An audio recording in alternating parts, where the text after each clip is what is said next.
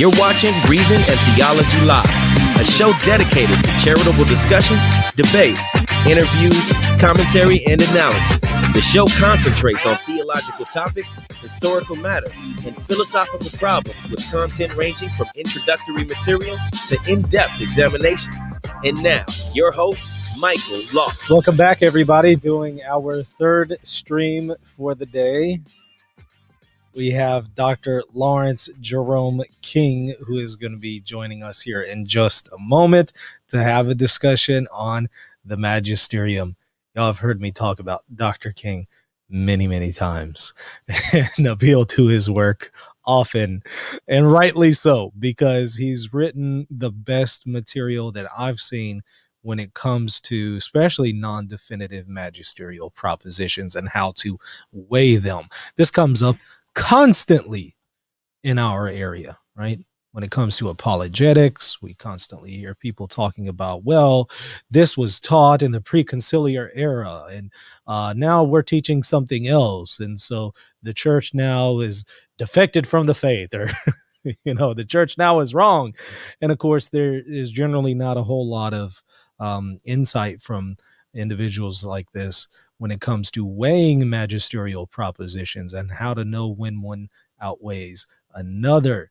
So to wade through those waters and talk about other issues related to the Magisterium, I'm going to bring on Dr. King here in just a moment. But just in case y'all are curious, the dissertation is entitled The Authoritative Weight of Non-Definitive Magisterial Teaching, and this was from the Catholic University of America for his Doctor of Philosophy degree. So yeah, looking forward to this. This is going to be a fun conversation on the Magisterium. Dr. King coming up next.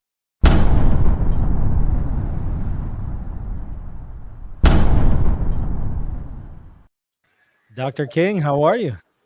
Good. How are you doing? Doing well. It's an honor to have you on. It really, really is. It's good to speak to you again. Dr. King, I'm a little bit familiar with your background as we've talked on the phone before, but if you can maybe just tell us a little bit about yourself. Were you raised Catholic? Are you a convert? Just tell us a little bit about your bio.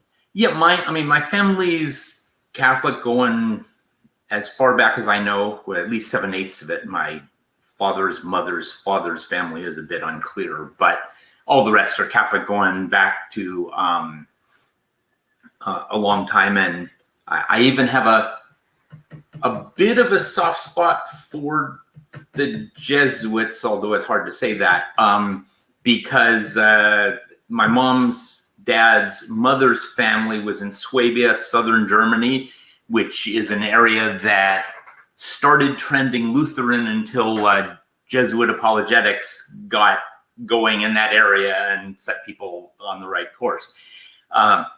So if this were the year 90, if this were the year 18, well, not 1800, if this were the year 1850, I could easily see wanting to be a Jesuit. Anyway, so I grew up Catholic, drifted away from the faith, like unfortunately so many people who grow up in my generation, and really got pulled back in my late 20s, and did a lot of discernment. I was working at Microsoft at the time as a programmer writer, and I got very involved in my Dominican parish in Seattle. Applied to the Dominicans, but by that point I was in my late 30s and they weren't keen on it. So finally I decided to go into academia. And to be honest, it's sort of weird because I had a big chip on my shoulder against academia. I mean, my picture of the academic world of theology is people would say, "Oh, you got to talk to Professor Johnson down at the end of the hall. He is the expert in the Greek participle in John 17, verse 2. He knows everything about that participle. He beats his wife. He doesn't pray. He doesn't believe in God. But, oh boy, does he know that participle in John 19:17. But I went anyway and discovered that, as probably I should have known, there are a whole lot of serious people of faith working in academia who don't see academic advancement as their sole primary mission in life. There's a mixture, as we know, but sadly that's true everywhere. And in fact, Jesus says the wheats and the tares are not going to be separated until quite a while from now. So anyway, got my master's degree. Yeah, I already had a master's in math, but anyway, I got my master's in theology at the Dominican School of Theology and Philosophy in Berkeley, PhD from Catholic University in Washington, D.C.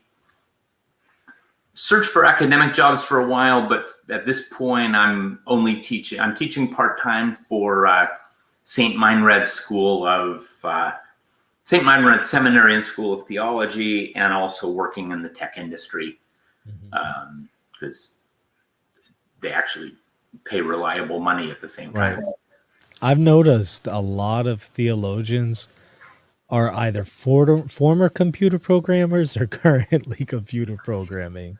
You know, I think part of it, there's a whole lot in the academic world that is tied to age, in the sense that, you know, it's a lot easier for a 22-year-old, I want to say kid, 22-year-olds are not kids, but it shows my age, I think of it that way, who can say, you know, I'm going to live on top ramen for 5 years and someday I'm going to have a job. Whereas you get older, you get more responsibilities, it becomes sort of just not an option. So, anyway, that's not what you asked me on to talk about, so that's the side thing. But I'm in Los Angeles now. Lived a bunch of places, but my family's here. So, yeah. Dr. King, you know, one of the things that I'm often asked is, well, how do you even know that there is such a thing as weighing magisterial propositions? Don't you just go with whatever's the most recent thing? Seriously, I mean, this is the impression that a lot of people, you know, for better or worse, that they have is, well, if it was just the most recent teaching, then that's the one you go. You just go with the current teaching. And so here's one of the things I can actually understand. Somebody who joined the Catholic Church because, you know, their fiance said, I want you to join, who sort of buys that line. What astounds me is I've met intelligent people who, if you ask them, why did you become Catholic, they'll actually say, well, Catholicism has such a rich history, you know, thousands of years and saints and all this. And yet when it comes to what do you believe, they're like, well, you know, I believe whatever the latest publication from Paulus Press is. And to me, it's just bizarre, because they're joining a church that has 2,000 years of history. But if they pick up anything written by anyone in that church from the day of Pentecost until 30 years ago, if they read that book, they'd say, well, I don't buy any of this. Well, then, I mean, it's just bizarre to me. I mean, let me say something which may sound a little bit extreme. There's I won't call it a hymn. There's a song that is sung in some Catholic parishes, and I'm not as strict about liturgical music as some people I know, but probably I come more from an apologetics point of view. I actually can tolerate a song with correct theology and a horrible melody. I don't think it should be played in church, but it doesn't upset me. It's just sad. Yeah. But the ones with actually bad theology, I don't care about. So anyway, there's this one that The refrain is "Sing a new church into being." We heard that one quite a few times. Yeah. And it strikes me that if I believed that there is the Church of Vatican II and the Church of pre-Vatican II, Mhm. or any other point, the Church of post, whenever Mel Gibson's father believed the great apostasy happened in 1959, whatever it is, if there's a line and there's the old church and the new church, I don't understand why anybody would want to belong in the new church, regardless of their theology. Because clearly, if Christ founded a church, it can't be the new church, it has to be the old church, right? Because if Christ did found a church, which he did, that was in 30 AD, not a few years ago. Right. So in my mind, if you end up in a position, now that's not to say that every single sentence written by the church fathers has to be right. It can't, because on some issues they disagreed with one another. But if you are at the point that if you pick up any writing by the church fathers and open it to a random page, and every time you do that, it's like, this is so foreign to me, it's clearly not anything to do with what I believe, then I would really question, because one of the fundamental difference between, on the one hand, Judaism, Christianity, and also Islam, and on the other hand, a lot of other religions and not quite religions, systems of belief, is that our teachings are tied to our history. If you pick up scripture and you read the Sermon on the Mount, there's two assertions being made here. One of the assertions is that Jesus Christ said these things, and the other assertion is what's being said. And you can't separate the two. And so, in my mind, you have a historical aspect to it. And of course, once you get in that,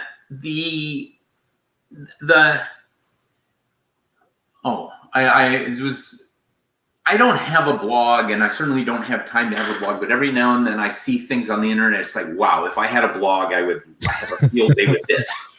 So it was something posted by somebody on sort of a different kind of Catholic, let's say. Mm-hmm. And they explained how their work, and I don't even remember it was their website or their book or their magazine or whatever,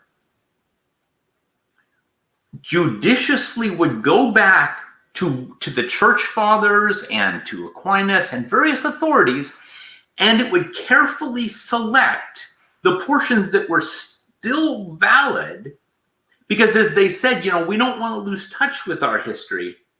So we do take these, but don't worry, we're faithful to Vatican II. Mm-hmm.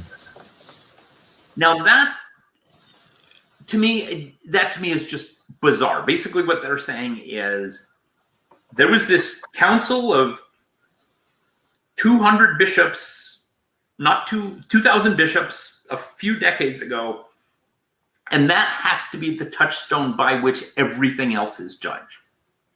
And I to be honest, I think it's seeing things like that really inflame the traditionalist side. Because if it was a choice between that and traditionalism and nothing else, I'd have to go with traditionalism.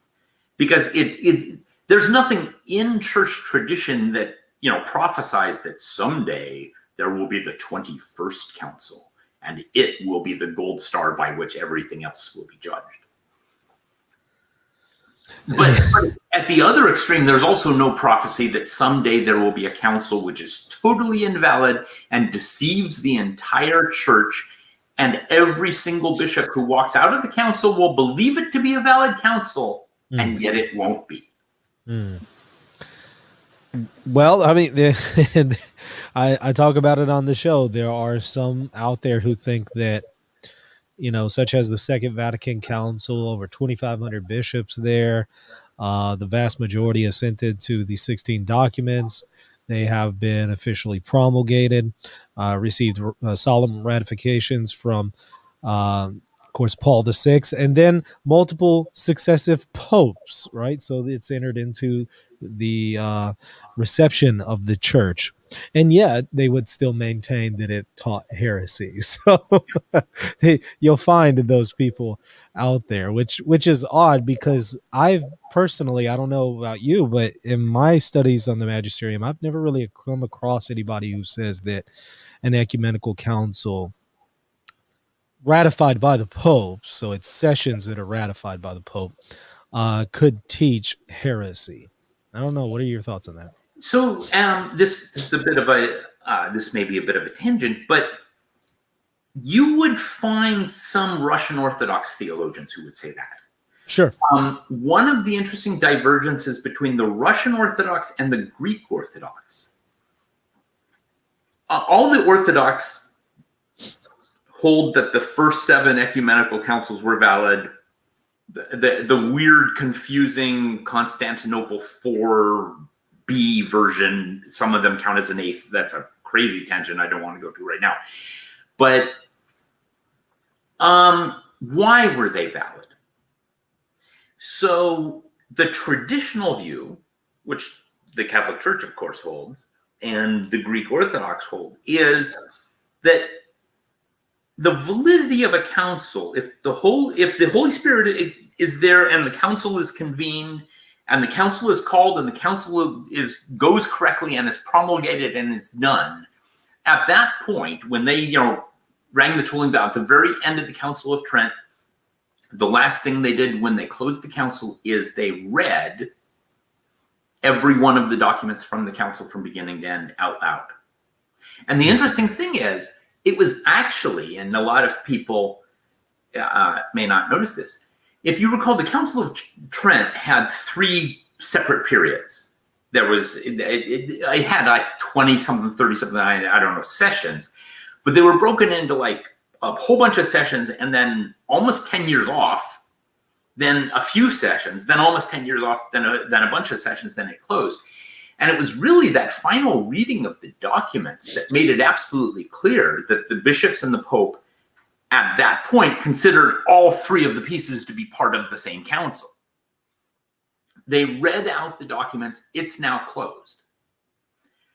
So in the same, almost the same way that the Catholic understanding about marriage is a marriage's nullity cannot be affected by anything that happens after the marriage.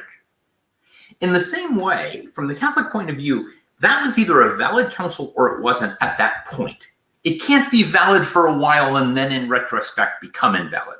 Now, it might be possible you would mistakenly think it was valid or not valid and realize you were wrong. Whereas the Russian Orthodox, since I think Komokiov, and I know that I'm pronouncing his name wrong, have argued that, in a sense, the entire magisterium is rooted in reception by the faithful. I think, and of course I'm being a little cynical here, but I'm not Eastern Orthodox, so I guess I'm allowed to be. I think this might be because the Council of Florence, they invited bishops from the East, 1440s, and the bishops from the East, including Greek Orthodox, plus a lot of, they had Copts there, they had, not all at the same time, but they had Copts, they had some of the Armenians, and they actually assented to the teachings of the Council of Florence, even on controverted matters such as the Holy Spirit proceeds from the Father and the Son. The Greek bishops agreed. The council closed. Those Greek bishops went back to the Byzantine Empire. And the people of Constantinople said, no, absolutely not. We do not accept the Catholic Church. Think of all the cruel things they did during the Fourth Crusade, and threw it out. So I think you need, that Russian Orthodox point of view is probably something you need if you want to be Greek Orthodox and not recognize the Council of Florence is a valid reunion. Yeah. But from the Catholic point of view, I don't think that you can look at December 31st, 1965, and look at the documents of the Vatican Council, look at its reception, look at its promulgation, and then say, I don't find any fault here, but based on the horrible things that happened in subsequent years, I will say, by their fruits you shall know them, clearly it was invalid. Mm-hmm. Now, that's not to say that you can't make an argument. I mean, there are better and worse arguments for the council being invalid. I think they're wrong, but there are some arguments that are better than others. But those arguments have to treat it as a council and look at the documents or the votes or whatnot. And I just think they can't do it. Yeah. And I want to talk a little bit more about Vatican II in just a little bit, because what you do in your dissertation towards the end is you discuss whether or not Dignitatis Humanae is different than what Leo XIII taught, and then if so, which one outweighs the other.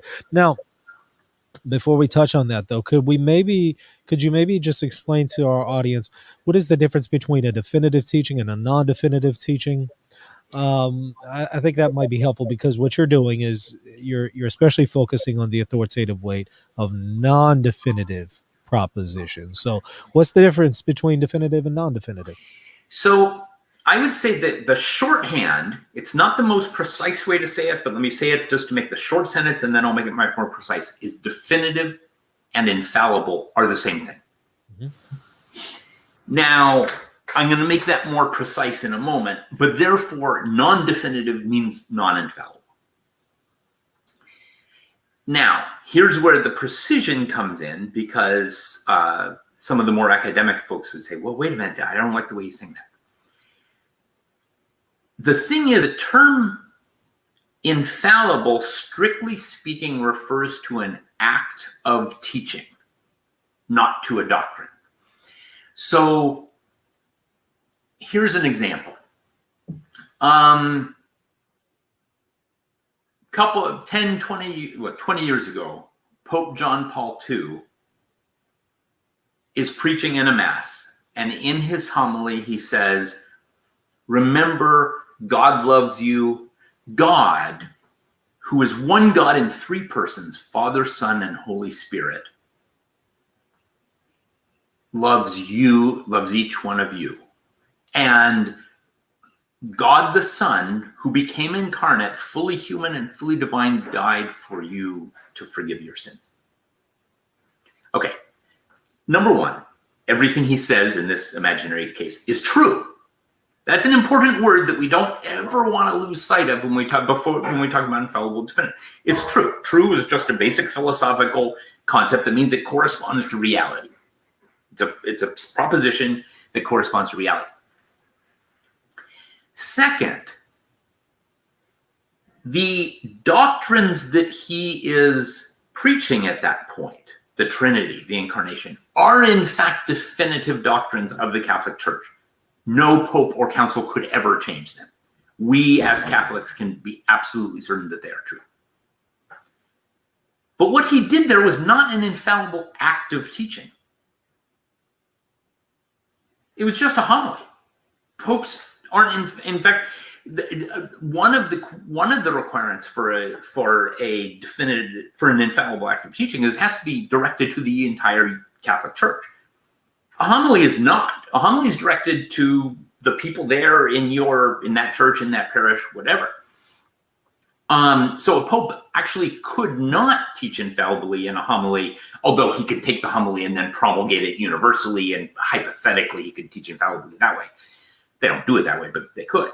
But the point that I'm making is that as the act of teaching, that's not infallible. But of course, the reason those doctrines are definitive is because they were taught infallibly at the Council of Nicaea, Council of Chalcedon, et cetera, et cetera.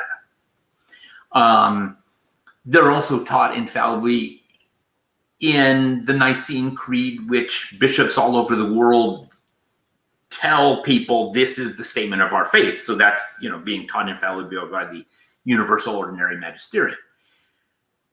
So in other words, the doctrine itself, the statement of faith is either definitive or non-definitive. The actual act of teaching is infallible, but for simplicity, those go together. So as you said I watched one of your recent shows, and you said it very well there. You mentioned that the issue of magisterial weight for a definitive teaching is not really that interesting, because every definitive teaching, the weight is definitive. Right. There's the assumption of Mary is not more or less true than the Trinity. Right. It could be more or less important in a certain sense, in the sense of central to our faith, but that doesn't change the truth level. But when you come to non-definitive doctrines, there are things that have been taught at much higher levels, things that have been taught at much lower levels. And the other thing that makes it tricky, I think trickier than the definitive issue, is many of them have been taught multiple times. Mm-hmm. And therefore, you can't just look at one instance. So you can't just look at one instance of, say, a teaching about capital punishment and say, that's the weight of this doctrine. If it's been taught several times, you would want to consult, because it is possible that some doctrine was taught infallibly in one case and taught non-infallibly in another case, but that's still definitive. These are very helpful distinctions. And in fact, it was in your dissertation that I really finally became aware of the distinction between infallible, irreformable, and definitive. So I do appreciate that. Since you bring up the capital punishment issue, just shooting from the hip here, have you, since you deal a lot with non-definitive magisterial propositions, do you think that currently what's going on with what's being taught right now when it comes to this area, especially with the revision to the Catechism, do you think that it's outweighed by things that were previously taught, or is it perhaps a way to harmonize them? I'm just curious. I don't know if you've had a chance to really look much into it. So this is interesting. As you mentioned, I've written about the issue of religious liberty in a lot more detail. The issue of capital punishment is both harder and easier than the issue of religious liberty. Mm. It's easier because really the total volume of teaching on this topic is much less. Mm-hmm. And the new teaching, if indeed it is a new teaching, is very new.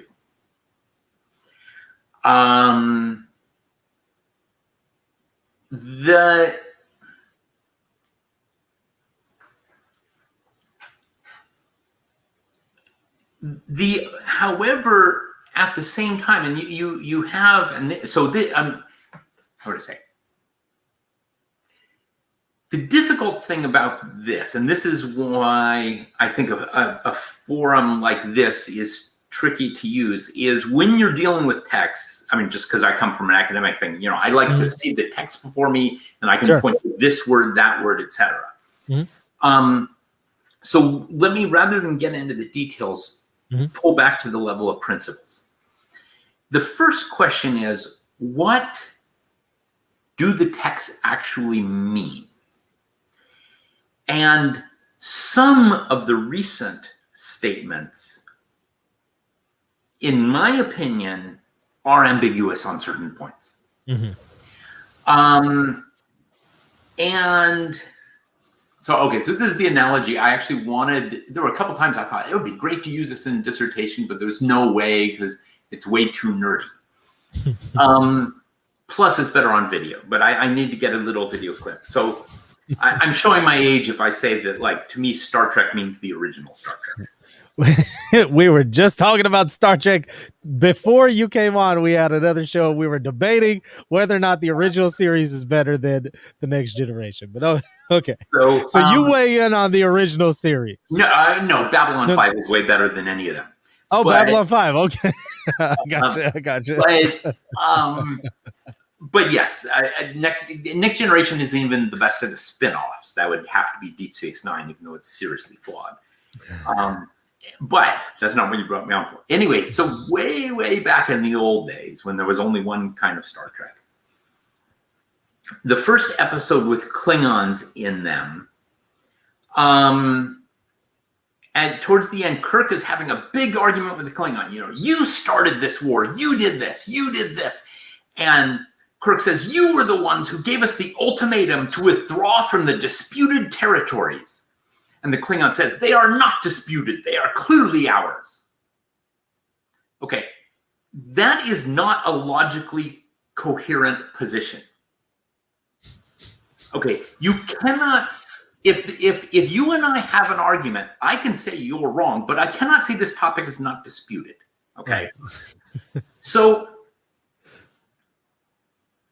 I can understand a person who says, this statement by Pope Francis is ambiguous, but I think it means X.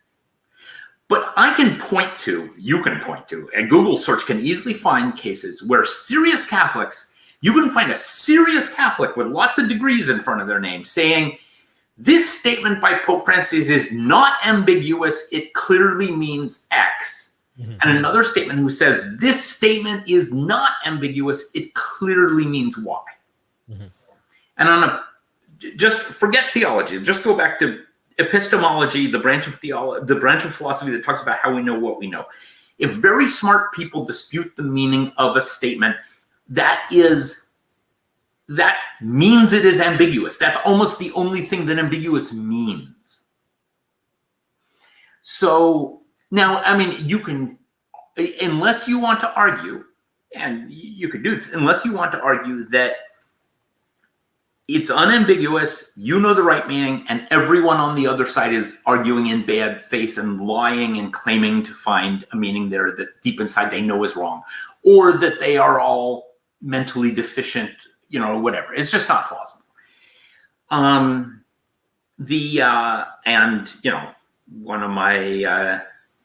one of my friends from grad school, I don't know that she watches your podcast, but she definitely believes that some of the statements are unambiguous.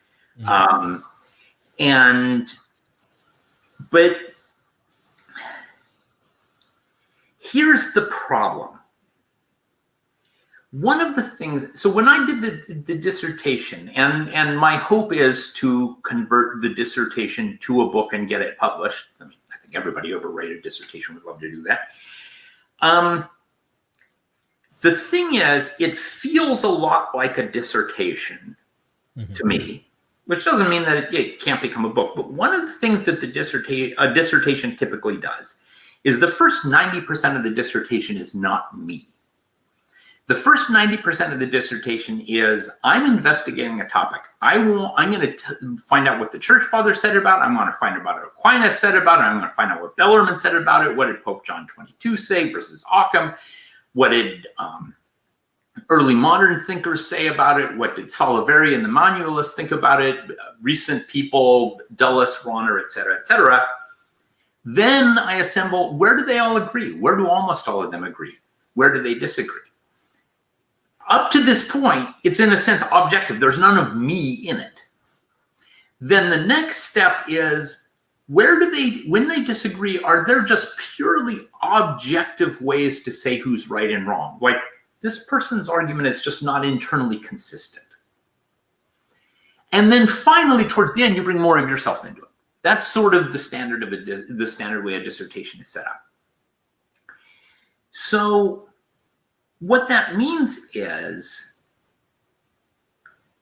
I was limited by the fact that if there hasn't been much talk on a certain topic, if there hasn't been much written on a certain subtopic, there isn't really much I can say about it because I'm drawing on earlier sources. And I'm sure I'm not viewing your comment stream right now because it would be too distracting. I'll look at it later.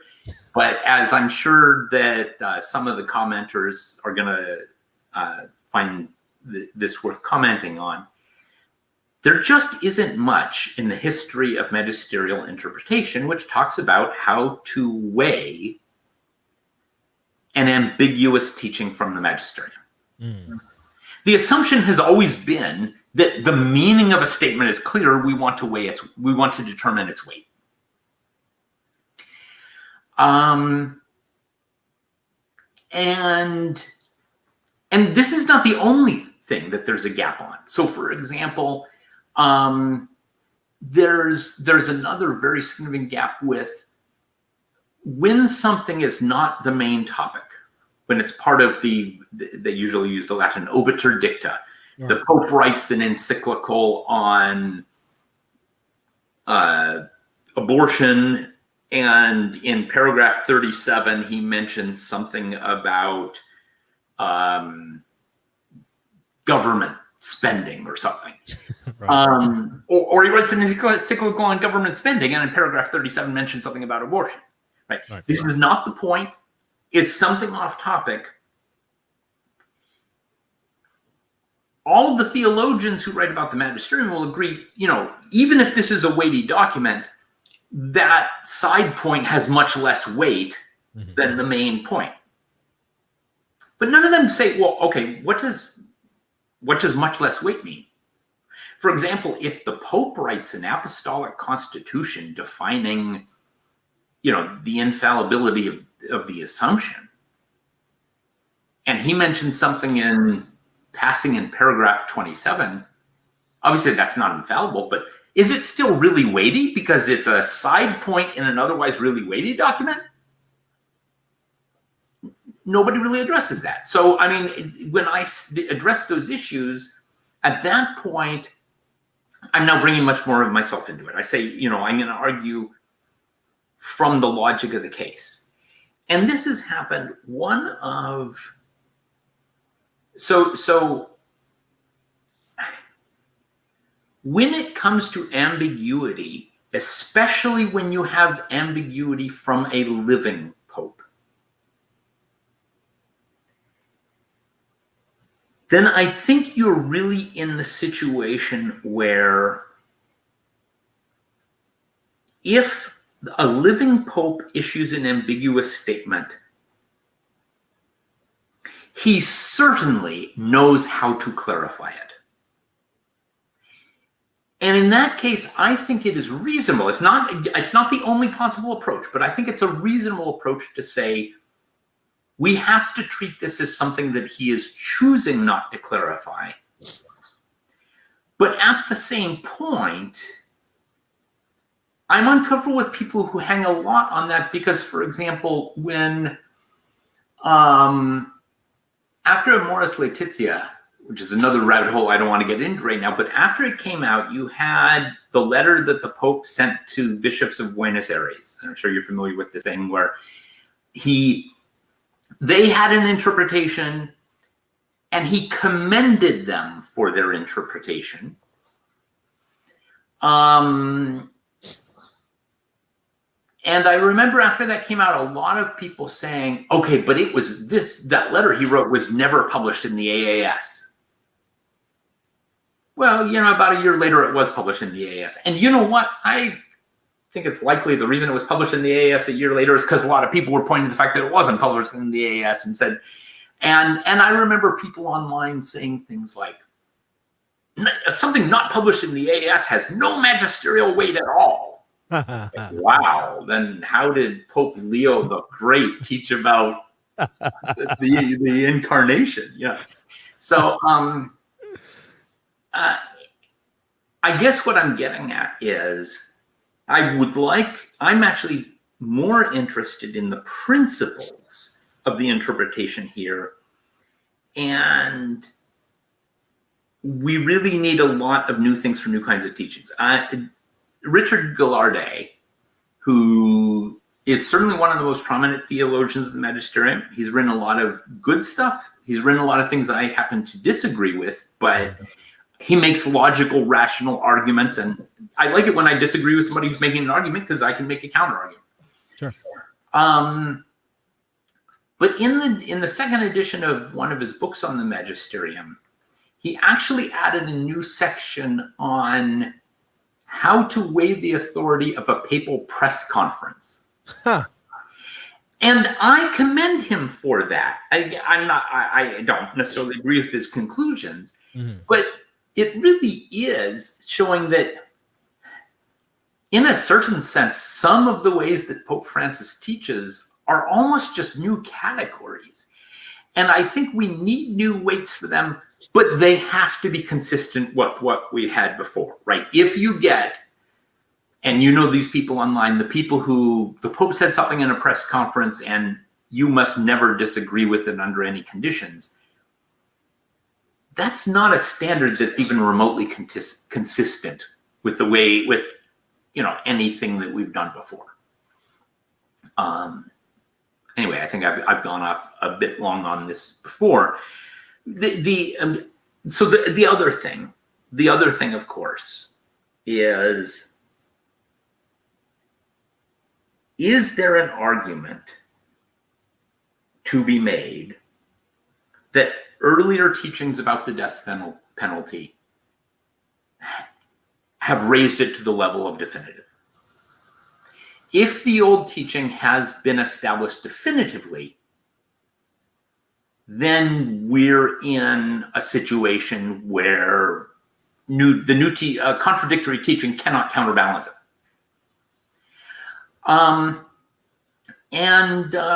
Edward Feser and who's his co-author?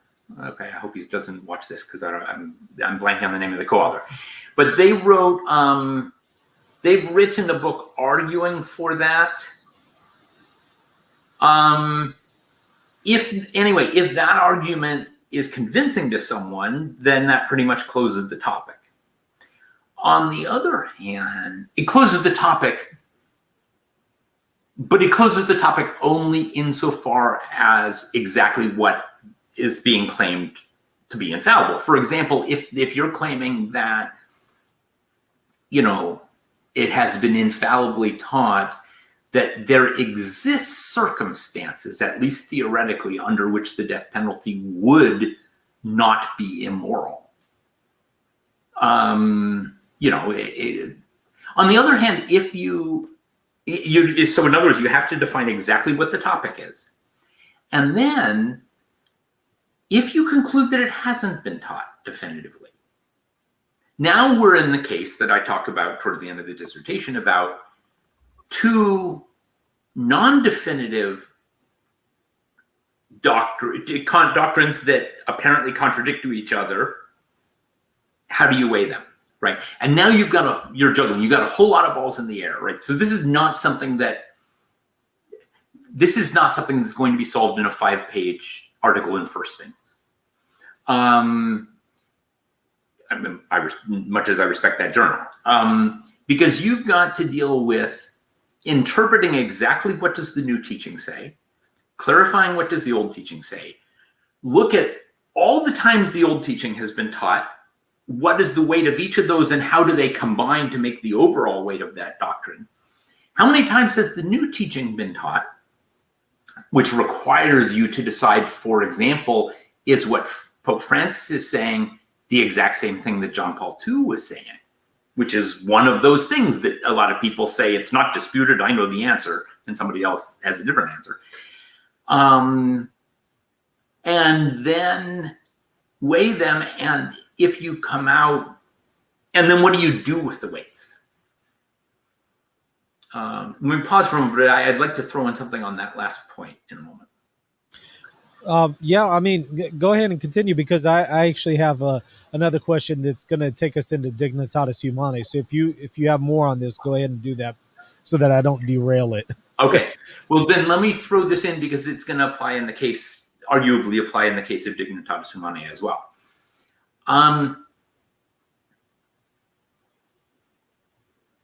One of the big difference, and this comes back to, so there's a stereotype made of certain forms of traditionalism, which I think are usually unfair. The stereotype is You guys don't believe in 2,000 years of tradition. You just want to go back to the year 1950.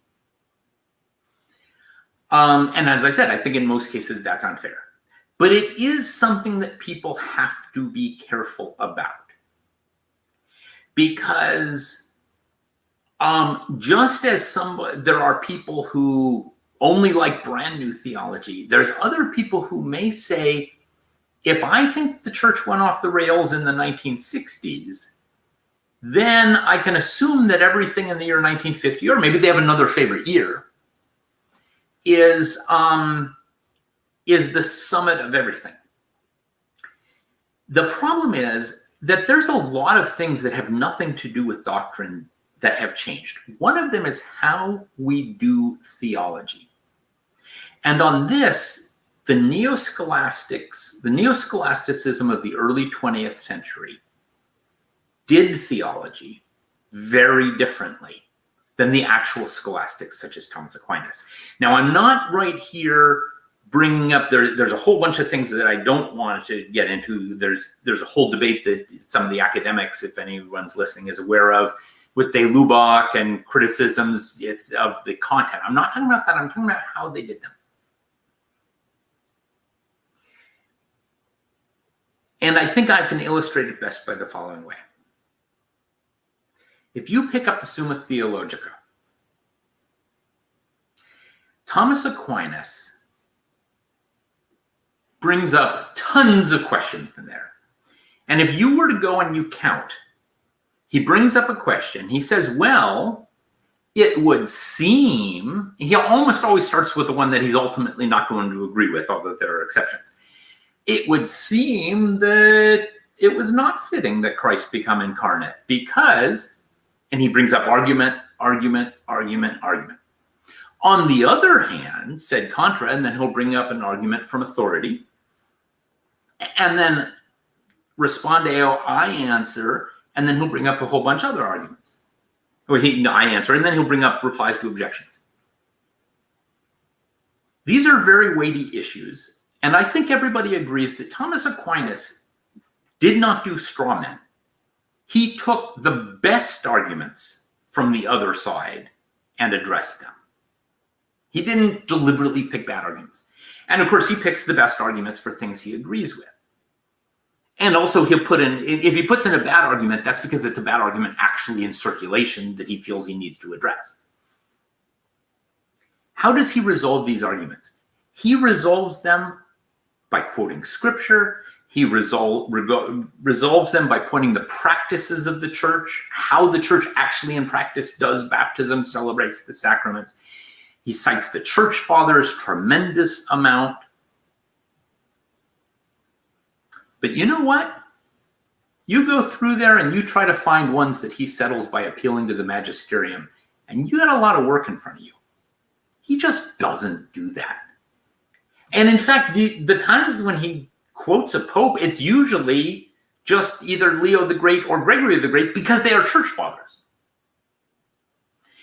On the other hand, Theology Today, if you look at, say, the long printed debate between theologians who believe that the church's teaching on contraception has been taught infallibly, Germain Grisey, John Finnis, John Seaford, et cetera, and on the other hand, those who argue that it is not. There's a lot of writings on this ever since the late 60s. And they all argue based on the Magisterium. And of course, there's other people who bring up arguments other ways, but they will, look, here's the way, here's how Pope Paul VI said it in Humanae Vitae. Here's what was said in here's what Pius the 11th said. Here's what, et cetera, et cetera.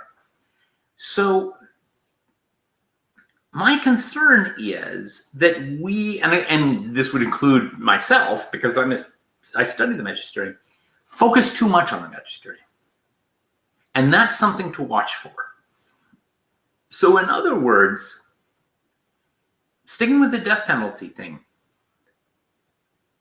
especially if somebody were to find that both two contradictory things have been taught non-definitively. I absolutely think it's important to weigh the weights of each of those. But that's not all we have to do. We also have to look at what Scripture says. And we have to ask the question, did God command the Israelites to use the death penalty under certain circumstances? And if the answer is yes, is it possible for God to command something which is intrinsically immoral and contrary to human nature? And of course, there, nominalists and Jansenists would actually say yes. Thomas would absolutely say no. Is it possible for natural law itself to develop? In the sense that, not in the sense that we understand it better, certainly that's possible, but is it possible to claim that capital punishment is actually an objective violation of natural law today, but was not an objective violation of natural law in 500 BC?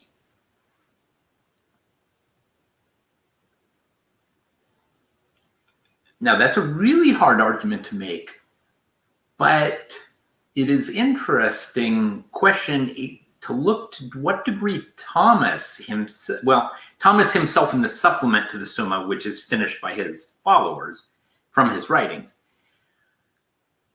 goes a little bit in that direction with the question of polygamy. Thomas is not going to say, Thomas absolutely wants to say that polygamy is 100% not permitted for Christians. Thomas does not want to say that Abraham, Isaac, and Jacob violated the natural law in something that appears to be commended to them by God.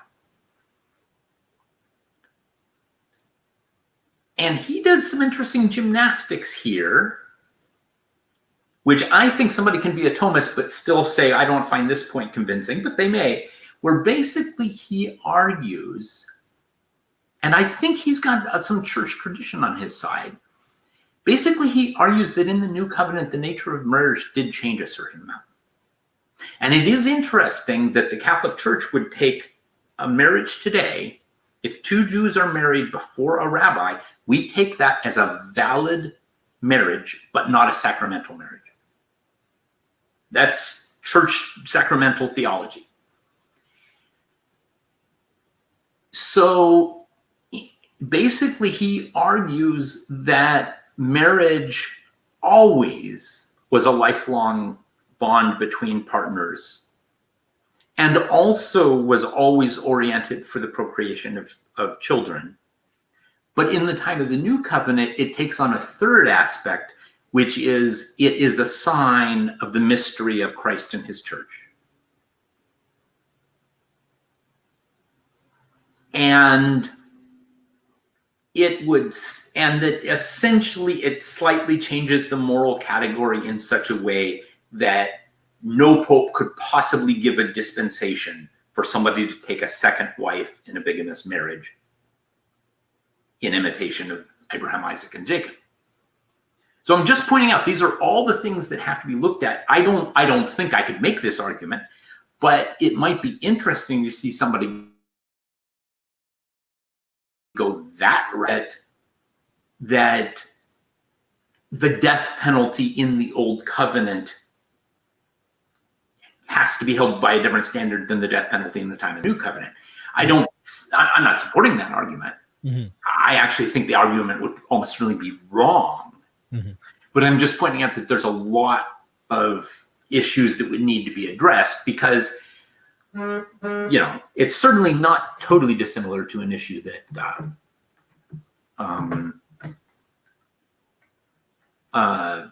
Thomas made. Anyway, I think I've gone on that digression too long. It was very helpful. And what I appreciate, and it's kind of reiterating some of what you said there. What I appreciate what you do in your dissertation is you first note that whenever you have these two propositions that seem to be in conflict, first do your best to reconcile them, not assume that there's a contradiction. Do your best to reconcile them, because in many cases they're reconcilable.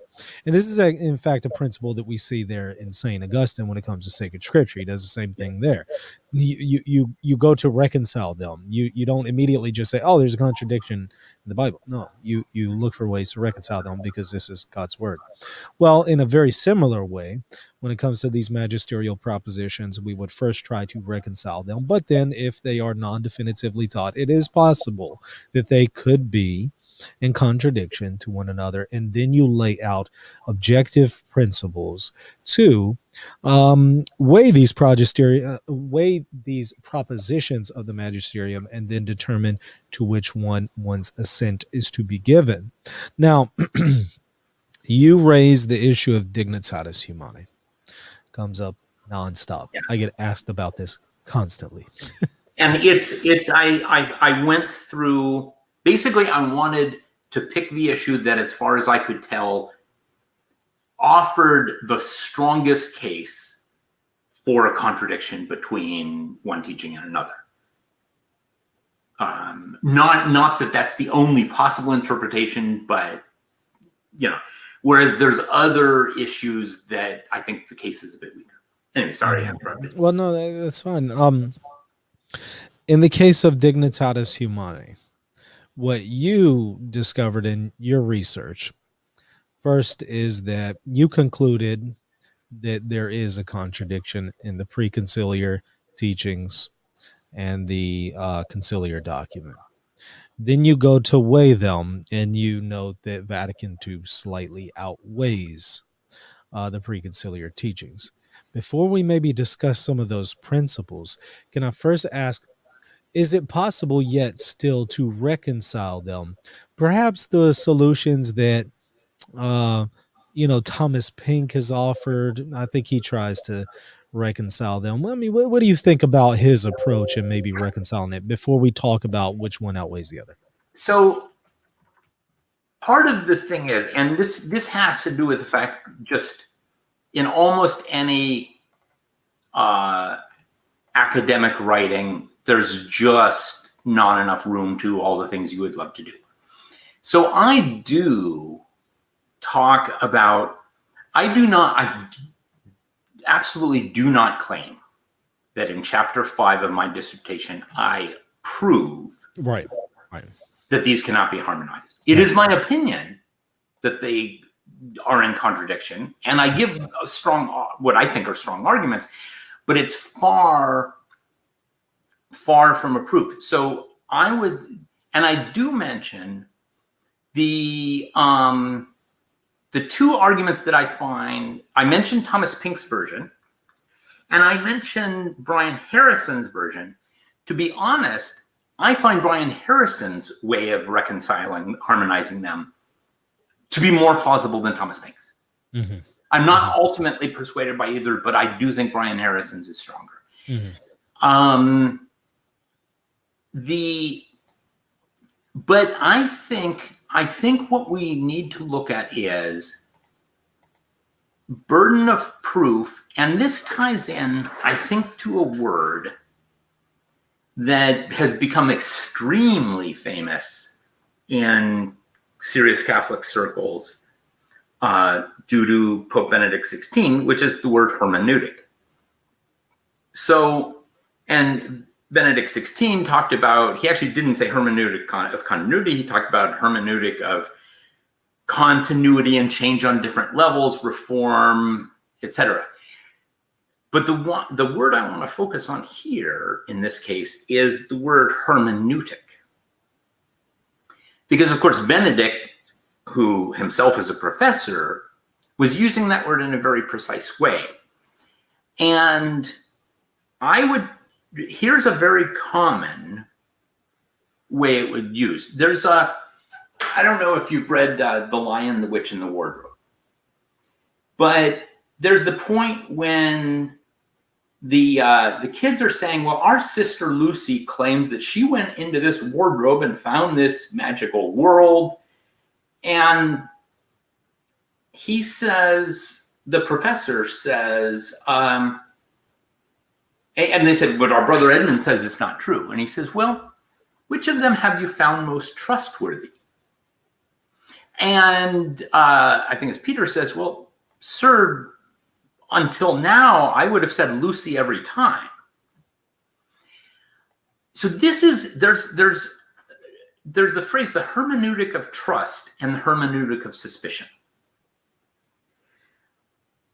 If you have a friend who lies to you a lot, who has told you lies and tricked you and deceived you many times, maybe he's not still a friend, but that person comes to you with some sort of assertion, you treat it with a hermeneutic of suspicion. On the other hand, if there's somebody who you trust, who has never lied to you and you can't imagine lying to you, and they come to you and they make a statement, you give that, there's a hermeneutic of trust there in your interpretation. But that does not mean that it's impossible for you to finally come to the conclusion that the statement made by the person you trust could be wrong, or the person made by the liar might turn out to be right. So I would say that when we have two magisterial teachings, we definitely want to use a hermeneutic of continuity. We definitely want to use a hermeneutic that says, I want to hold both of these, I want them to harmonize. But then it may be that, well, I read this with a chip on my shoulder.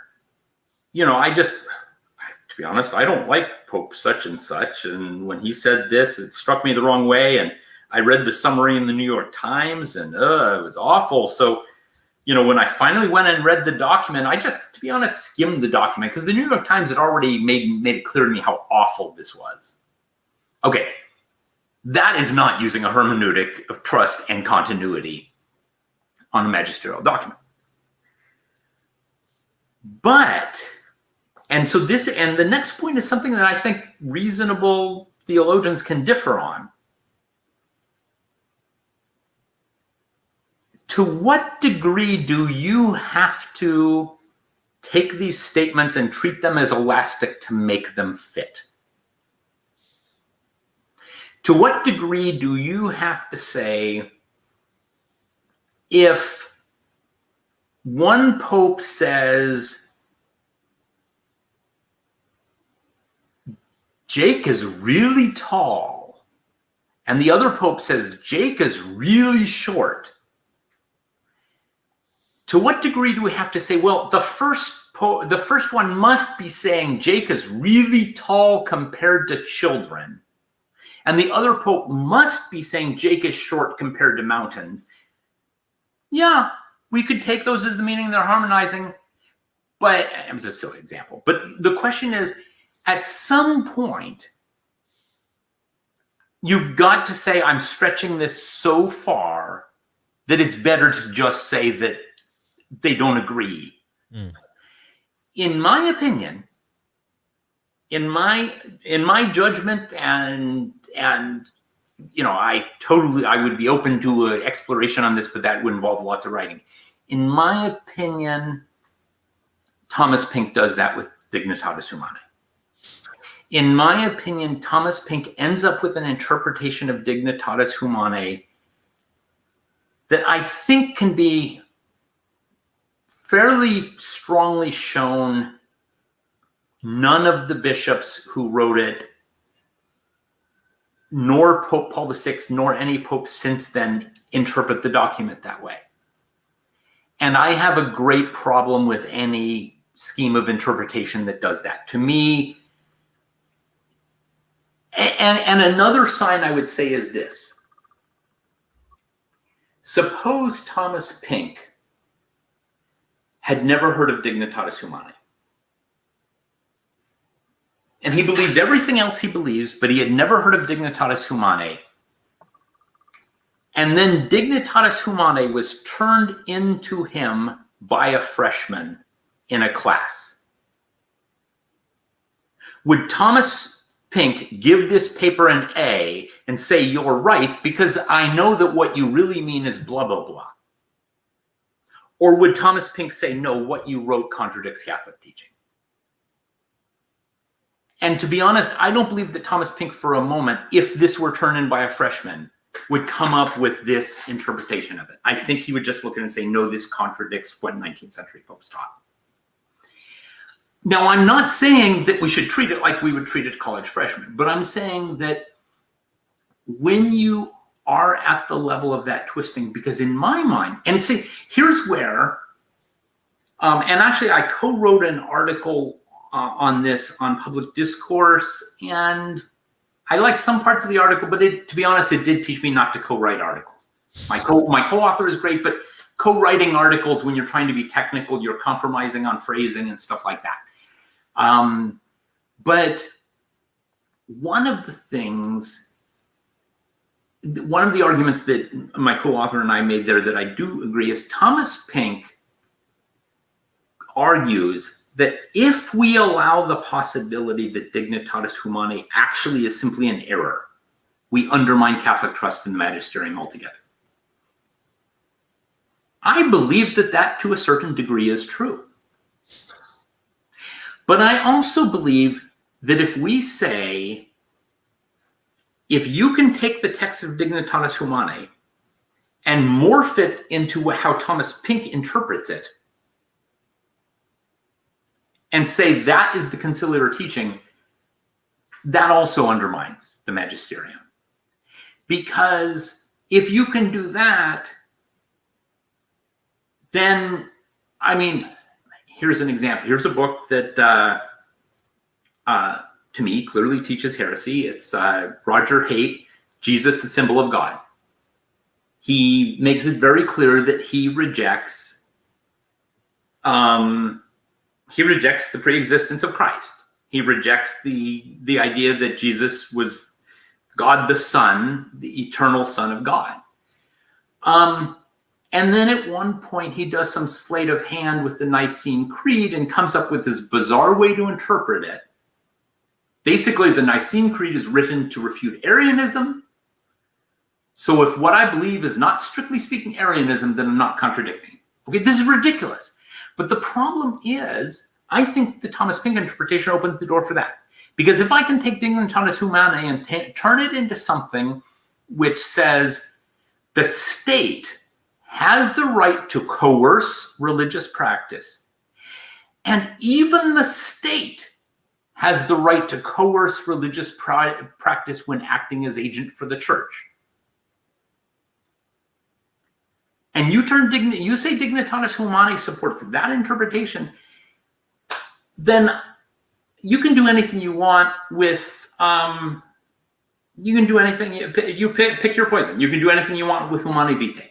You would say then that the teachings of the church, then the magisterium, it wouldn't be falsifiable. You couldn't show that there's ever a contradiction. That's right. Also, I think it's noteworthy that if you say that there aren't any, at least the possibility of having fallible teachings in the non-definitive magisterium, you're therefore saying everything is definitively taught. Yes. You're saying everything has been. Yes. So right. And in fact, Avery Dulles pulls a fun one on this and basically points out that the CDF in Donum Veritatis states that the magisterium in its non-definitive teachings can err. And because that document was approved by Pope John Paul II, that document, because the CDF has a special role, participates in the papal magisterium. Therefore, Dulles says, if you say papal teaching can never err, then you're saying Dignitatis Humanae, then you're saying Donum Veritatis is wrong, and therefore the papal magisterium has erred. Right. So it proves the point. Right. Moreover, though, there's nothing that is taught to the contrary of Dona Veritatis that outweighs Dona Veritatis, and Dona Veritatis is authoritatively taught. So one's assent is to be given to it, unless it's outweighed by some other assent, and in this case, it's not. And not to mention the fact that you've had popes multiple times make it clear that such and such not a lot of times, but a handful of times, popes have said such and such teaching of mine I am not teaching infallibly. One of the I came across this after my dissertation, but I certainly am going to throw this in if I do manage to turn it into a book. It's the Pope towards the end of the Council of Florence. I want to say Eugene IV, I think, was the Pope at the time, right? And it could have been him. Was there a Pius right after him? That was another council that lasted a long time. But he actually, in his last, it wasn't will and testament, but basically in his, I'm going to die message, said, if I have taught anything contrary to Catholic tradition, I retract it. Okay, well now what do you make of that if popes are infallible in everything they teach, even when they don't intend to be? I'm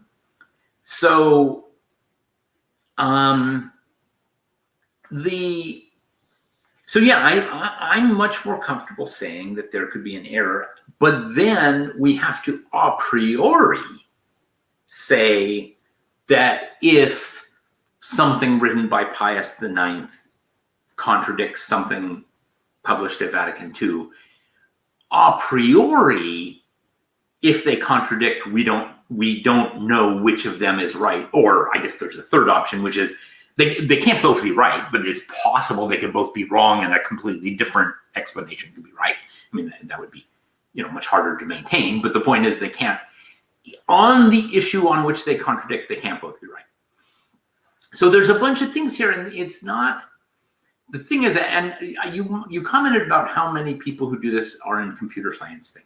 And that's something that I think we need to be careful with, right? Because we don't have the same kind of certitude that we have in mathematics, but we do have real certitude. John Henry Newman made a wonderful, and I can't remember which of them he called certitude and which of them he called certainty. And I'm not going to harp on that because a lot of times in English, they'll take two words that really come from the same Latin word and make them slightly different things. But his example of what some people call moral certitude. So are you certain that 3 + 3 equals 6? Yeah. If I disputed that, could you prove it to me? I think so. I believe you could. Are you certain that your mother loves you? No. Okay. Maybe I'm going down. But I'm a bad example on that one. Okay. Maybe it's a bad example. But Newman gave the example. He said, "I am certain that my mother loves me." Yeah. And my certainty, even though it is not subject to external proof, that doesn't mean that I'm just 90% sure. Right. So you're talking here about moral certitude. I think as opposed to infallible certitude. Yeah, I should not have used the term moral certitude. I'm actually talking. What Newman is talking about is something else. Newman is actually talking about the kind of certitude that we can have for religious faith. Is this on his grammar of assent? Yeah. Okay. It probably is. I don't know for sure. They got a really good site called newmanreader.com that's got all of his stuff. Oh, yeah. That is. Yeah.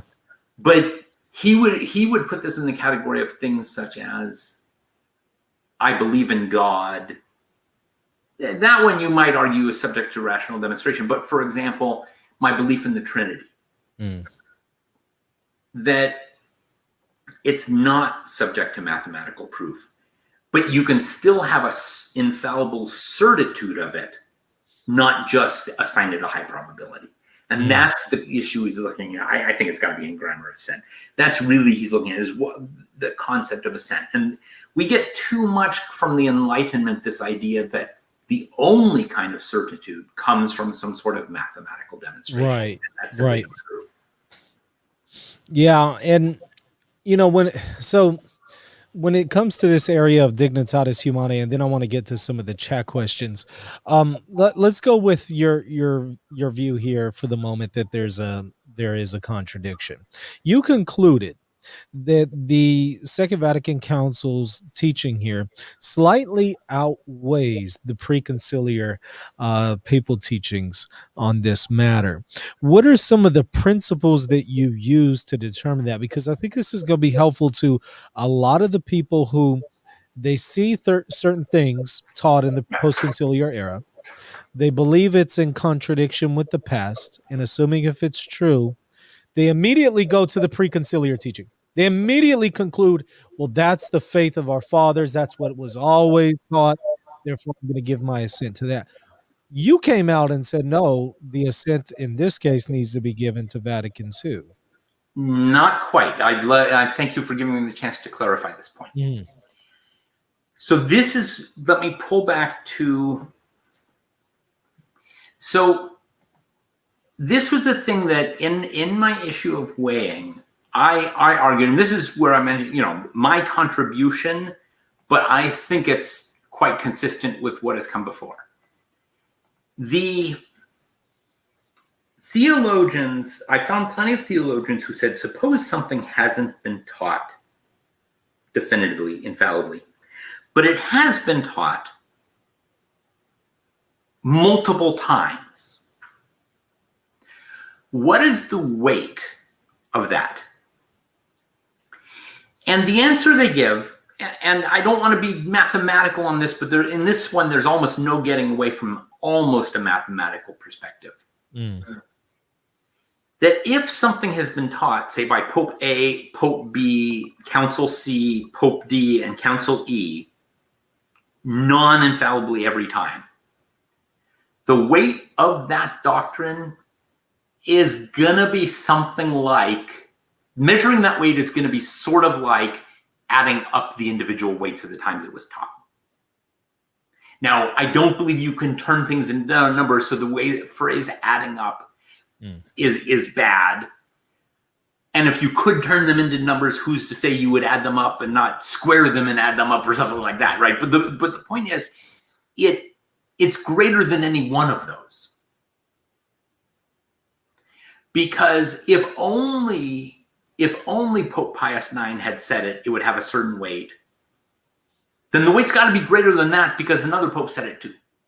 But if only that other pope had said it, it would have a certain weight. Well, Pope Pius IX said it, so it's got to be greater than that too.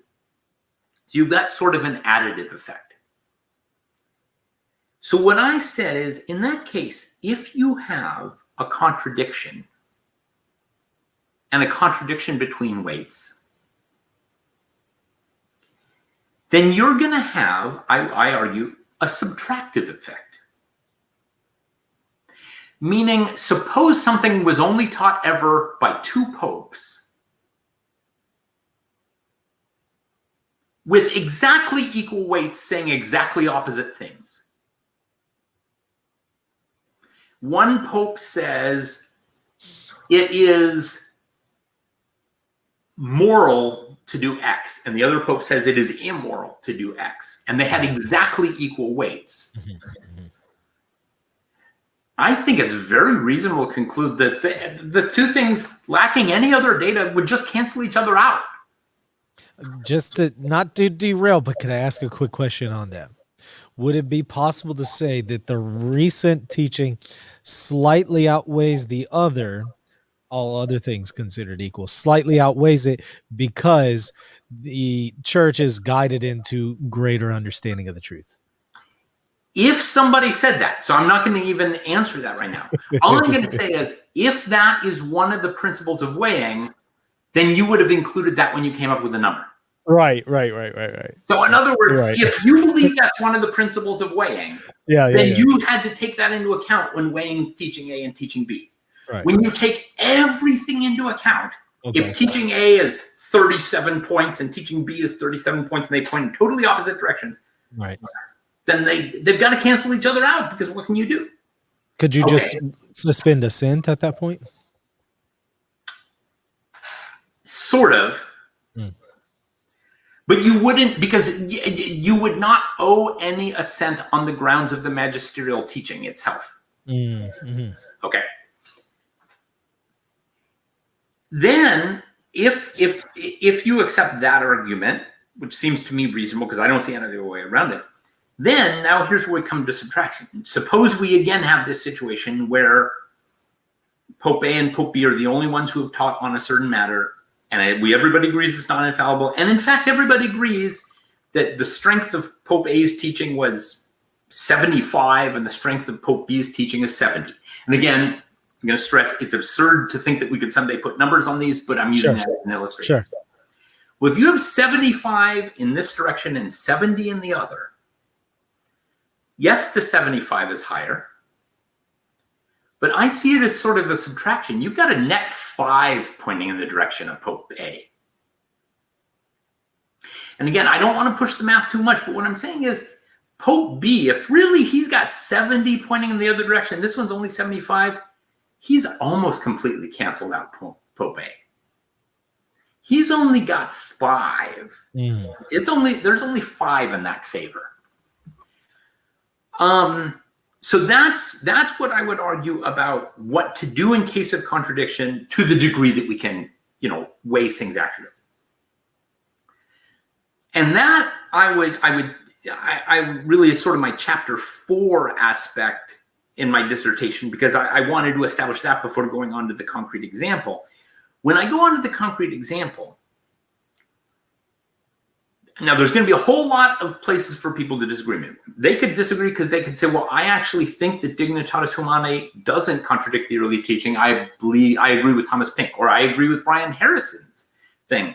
Definitely go out there, buy Harrison's book. Well, I mean, he's avowed religious, so he probably doesn't really make money off it, but I just like to see the book better known.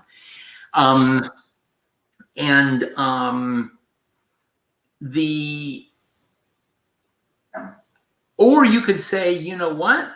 I do think there's a contradiction, but I've actually concluded that the earlier teaching has been infallibly established. I am pretty sure that John Joy holds that. No, obviously Pink could also hold that. Pink could also hold that the old teaching has been infallibly established. I think John Joy holds that from what I've read from him. So obviously in that case, then you don't need to go any further in the analysis.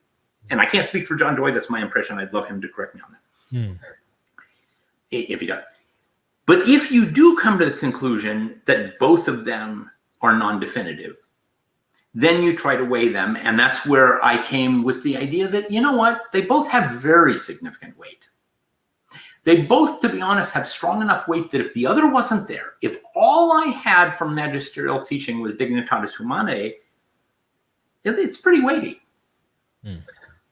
Nowhere near as weighty as, say, Vatican II's teaching on that episcopal ordination is the fullness of holy orders. Right.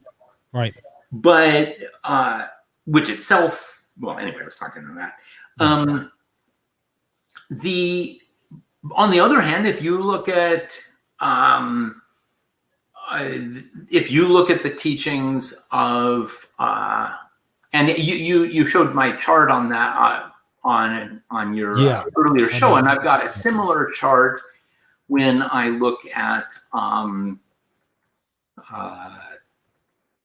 the Pius IX, Leo XIII, and Gregory XVI, they teach it pretty weighty. I mean, Gregory XVI calls the idea of religious liberty absurd. You've got a pretty weighty teaching there. I then argue that I think that the latter teachings, Dignitatis Humanae, plus what John Paul II said, plus what Benedict has said, plus the post-conciliar popes, sort of, if you took those and combined them, and then compare it to the 19th century popes and combine them, I think the Dignitatis Humanae side is somewhat weightier. But now let's pull back to my 75 and 70 analogy. The net weight then is in the favor of religious liberty, but the net weight is not itself very large. Yeah.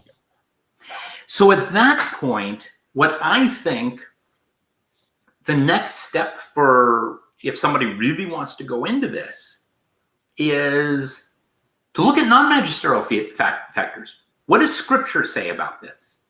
What do church fathers say about this? What did, Thomas say about this? Praying about it with the caveat that, in my opinion,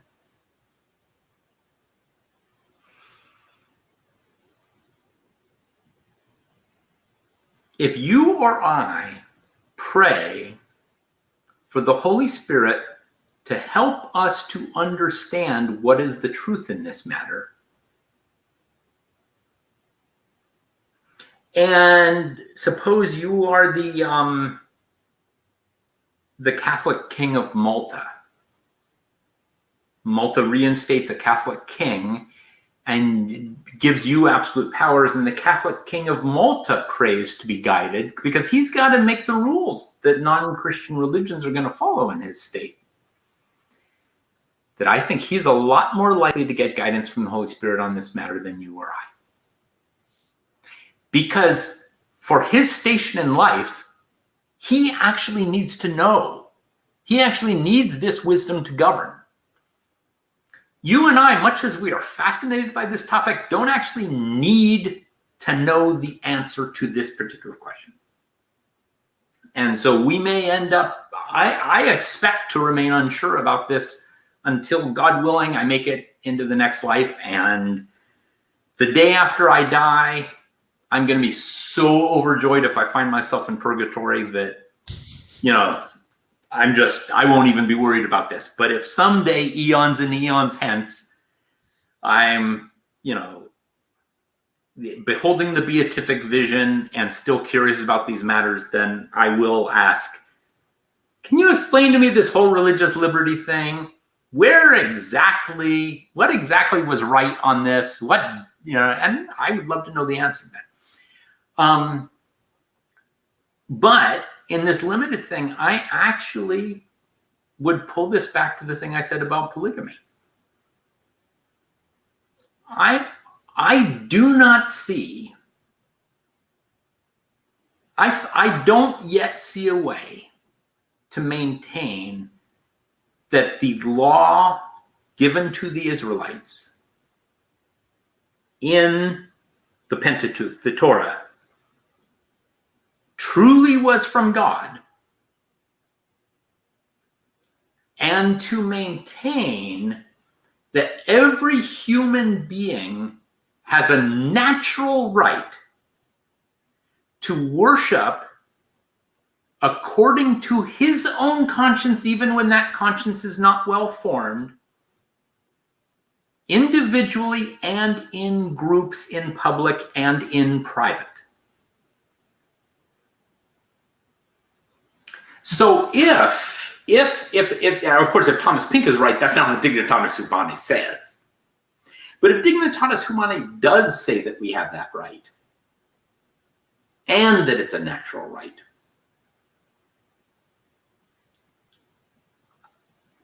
then you're back to the question of whether the law given to the Israelites could violate the natural rights of people who worship Moloch. Here I think Brian Harrison has a much stronger case than Pink, right? Because everyone would agree, the bishops of Vatican II agree, that religious liberty does not mean allowing the followers of Moloch to sacrifice their children to their false god. It absolutely does not. No one is going to claim that. I mean, except for a true relativist. But suppose the worshipers of Moloch say, well, we're going to give up our we're going to give up all of our sacrifices, but we still want to bow down to our God and, do this, that, and the next thing with idols. Because, right, we're not just being theoretical here to pull a practical thing. At this point, I'm almost out of breath. I've been talking longer than when I teach a class. This isn't just theoretical. In Spain, and I bring just a little bit of this in. Maybe I should plug my friend Wayne Bowen, who's a historian who's written a lot about 20th century Spain.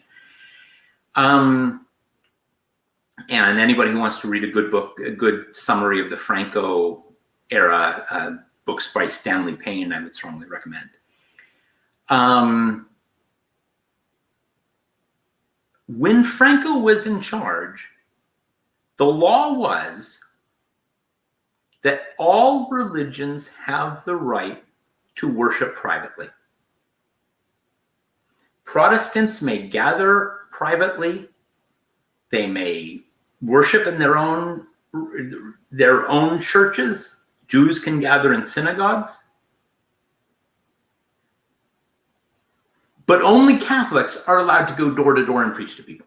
Only Catholics are allowed to have a radio station that broadcasts their teachings to the people of Spain. And this teaching wasn't something randomly that Franco came up with. This was what the Spanish bishops and Pope Pius XII told him the law in Spain should be, and following them and following the Concordat that Spain signed with the Vatican, those were the laws. So at this point, it qualifies under Thomas Pink's test. This was not the state making laws on its own. This was the state acting as agent of the church. And yet, after 1965, Pope Paul VI insisted that those laws be changed in keeping with Dignitatis Humanae. And suddenly you had Protestant radio stations in Spain. And it actually got to a point when they actually started running short on bishops because the Concordat said that the bishops had to be approved by Franco. And Franco just stopped approving the bishops that Pope Paul VI was picking. And you ended up with basically a whole bunch of empty sees being run by the vicars general. So this was a big thing. You had empty sees because of a dispute about a very real issue in a country within living memory, within my lifetime, probably not yours. And it was a very real issue, and it was understood to be Dignitatis Humanae being put into action. And so I think there's real world implications here. And, I think, so Brian Harrison's argument, I think, is an interesting one. Brian Harrison would argue that, for example, a worshiper of Moloch would not have been permitted in Spain in 1972 to worship even without human sacrifice, because the substance of their teaching it crosses a line. And so that's a more moderate argument than Pink's. I think it's more sustainable. I don't ultimately agree with it, but it's an interesting argument. But if Brian Harrison is wrong, if Dignitatis Humanae says that followers of Moloch would have been allowed to worship in Spain and even have radio shows, according to Dignitatis Humanae, that sure doesn't look like the teaching of Moses to me. That sure doesn't look like how Elijah handled the prophets of Baal. So what I'm getting at is, you're absolutely right that I said as pure magisterium, I think the Dignitatis Humanae actually is somewhat stronger. But that's where I'm my 75-70 thing. At that point, I would turn to other factors. And there, of course, now we have the thing, the academic nature, and I'm sure John Joy runs into the same thing. John Joy has probably studied scripture more than the vast majority of people, but he cannot publish a document about scripture study without professional academics saying, "You're out of your field. You're not a scripture scholar. You're a theologian." So, and the same applies to me. So, one of the questions that I'm seeing here in the chat relates to the Dignitatis Humanae issue. Let me get to it. Here it is. Lucas asks, if we assume that Dr. King is right on Dignitatis Humanae, can the future Magisterium reestablish the old teaching with a higher authority than Vatican II? yes, if I am right, and in fact, conversely, it could establish the Dignitatis Humanae teaching with a higher level. You have actually, so there was an argument that, trying to remember who said this. Sorry.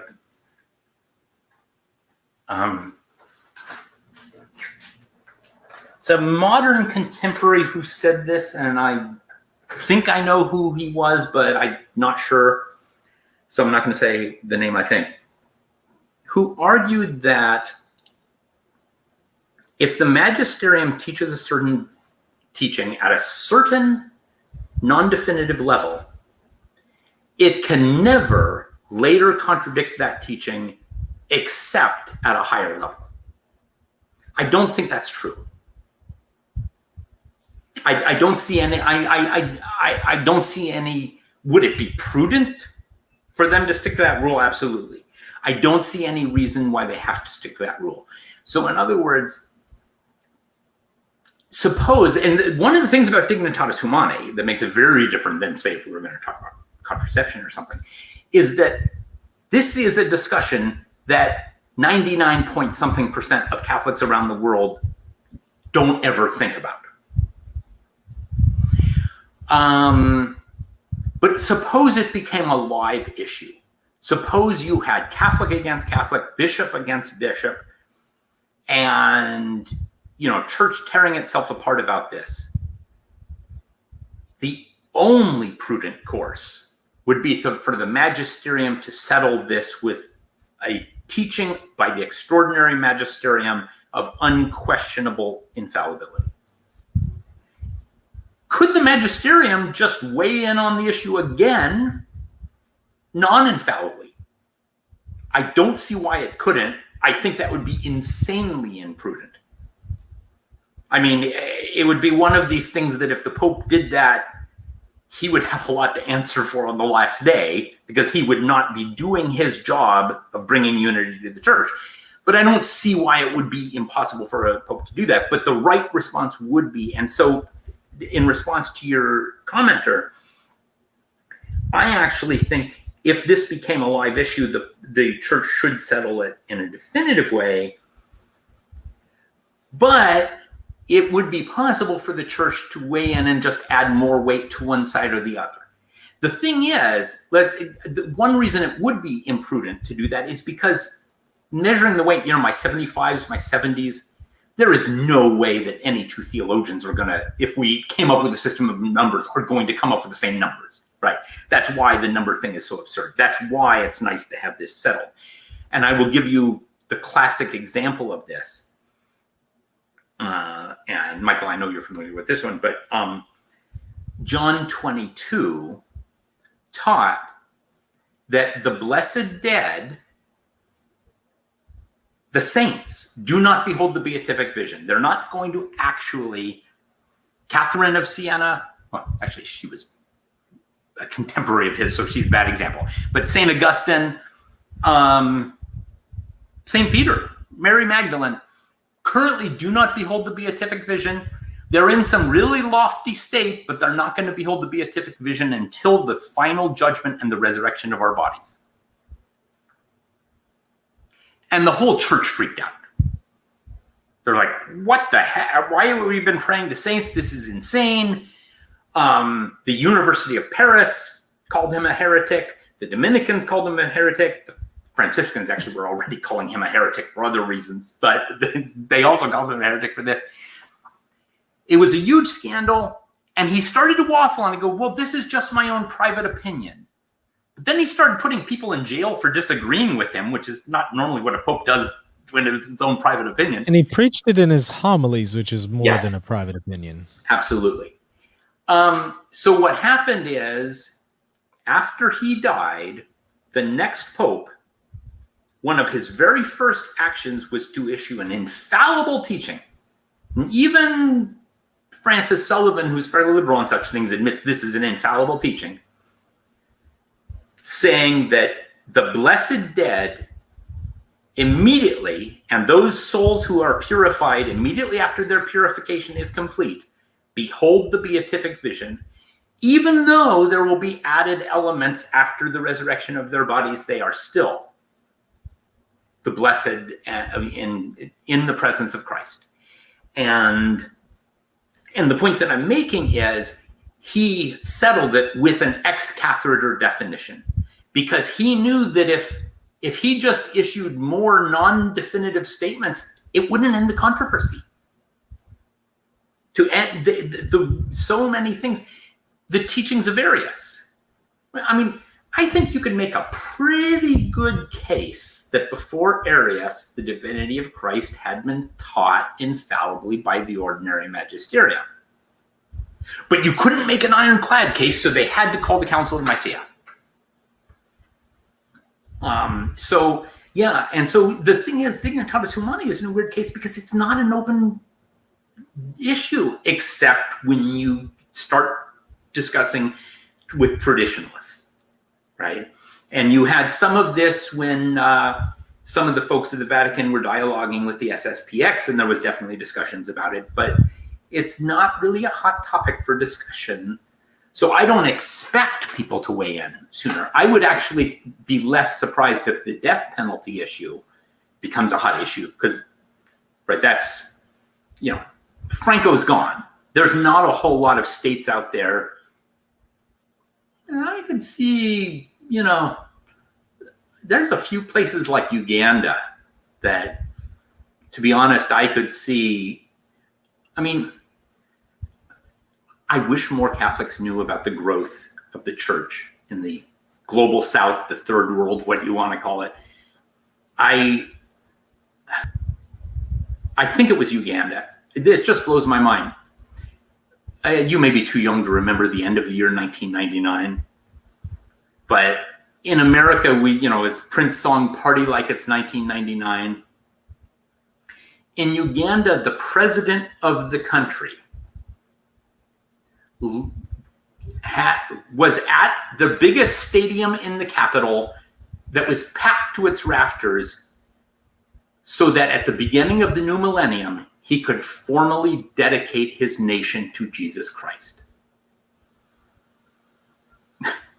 That just blows my mind. When we're out partying here in the West, and the German bishops have the nerve to think that they're the cutting edge. But the point that I'm making is, I could imagine it coming from there, one of those people saying, why can't I restrict what Calvinists can say on radio stations? And I could see it becoming an issue again, maybe, but I think the death penalty is more likely to be a live issue. The next question that I saw here was from River. He sends a super chat, and thank you for that. He says, is there a retorsive? I'm not sure. I think he means recursive. Yeah. Why can't the church just teach that X is next to definitive and can only be changed at a higher note? Okay, so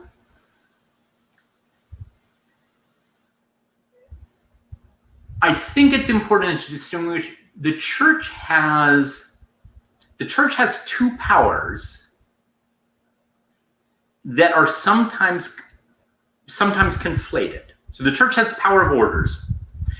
And the church has the power of jurisdiction and the power of teaching.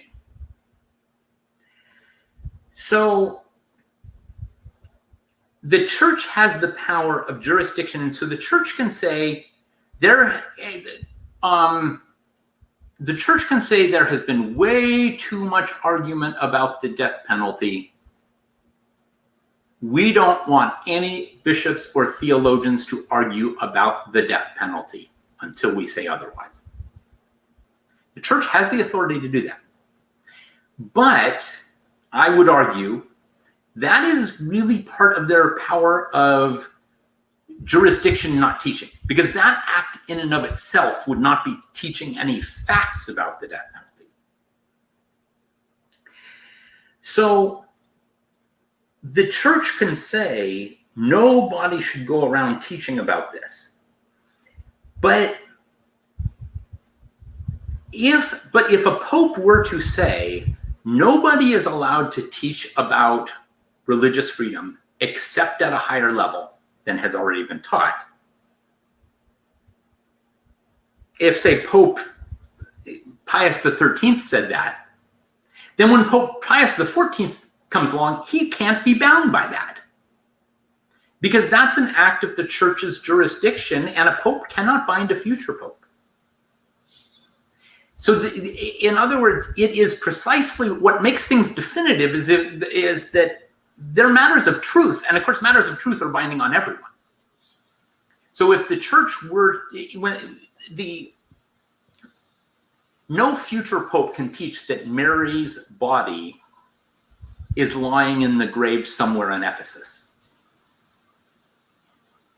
Not because Pius XII forbid them to teach that, but because Pius XII showed us that that is a definitive truth, that Mary's body was assumed into heaven. So I don't think, and Avery Dulles writes about this. I think some people might disagree on me. Avery Dulles actually thought that you could that a pope could remove the anathemas for the Marian doctrines. To say you can be a Catholic in good standing and disagree with these things, even though we know that they are true. I don't think that that's a coherent thing that we could do. But so in other words, this would be the flip side. Can the Pope say, don't talk about this, even though we're not sure what's true? I think that would be just a disciplinary teaching, an issue of jurisdiction. It wouldn't really bind a future Pope or Council who did something different. Will Martin asks a really good question. He says, so what's your everyday Catholic to do? I'm not a theologian. Dignitatis Humanae has been received by generations of bishops. Same thing with the death penalty. I have to go with the current magisterium. What do you say to that? Excellent question. And in fact, I'm very glad he asked this, because at one point I thought I would be amiss if I didn't bring this up at some point. And of course, it slipped my mind. Several theologians have talked about the idea of infallibly safe. I'm not sure I like that terminology, but essentially I do agree with what they're getting at, which is somebody who says, this stuff confuses me. Pope Francis is Pope, so I'm going to stick to Pope Francis. That these theologians, and I think they're probably right, would say, you are not putting your soul in jeopardy to make that choice. Does that mean that the Pope is absolutely right on every one of these issues? No, but the gates of hell will not prevail against the church, which means that it will not prevail. So I think that that's safe. Now, there may be cases. So let's even pull this back to Dignitatis, to Donum Veritatis. Donum Veritatis says, if you want to disagree with a non-infallible teaching, you have to meet certain criteria. So if I were the King of Malta, which is not going to happen, and I were going to say, what am I going to do about this law that impacts fundamental moral issues. And I say I disagree with church teaching on this matter. The church says if you're going to disagree with church teaching, especially if you're going to then take actions based on that, there are some things you got to do first. You got to read about this, and that doesn't just mean the New York Times summary. You got to pray about this. You got to do a lot of stuff. But if you meet this bar, you may eventually say this. I remember Justice Scalia actually said that he had done that about the death penalty. That he had met the conditions in Donum Veritatis for examining the church's teaching on the death penalty, and he felt that he had, prayed about this, studied it, and he believed that John Paul II was wrong about the death penalty. Francis wasn't in the picture yet. And he believed that in good conscience, and he had satisfied that. But Donum Veritatis never says there are certain steps you must do before you can agree with the Pope. Right? If you say, I'm going to agree with Pope Francis on the death penalty, Donum Veritatis does not say, well, first you have to study this, right? That's the whole point. Catholicism is not just a religion for people who have time to study stuff. So if you say, I don't have time to study stuff, I'm going to go with the Pope, that is always a safe choice. That doesn't mean that it's going to always be right on every single issue. There's a whole bunch of very, very minor issues that you may not know about. You may be wrong on infallibly taught things. There are a few very minor things. The Council of Leon, was it? Infallibly taught that the soul is the form of the body. Yeah. The vast majority of Catholics are not aware of that and don't even know what it means and would need to go to several classes to learn what it means. So if a Catholic disbelieves that, technically that's material heresy, but it's so far from formal heresy, it does not in any way have anything to do with their salvation. Mm-hmm. So yes, it absolutely, it's always a safe thing to go with that.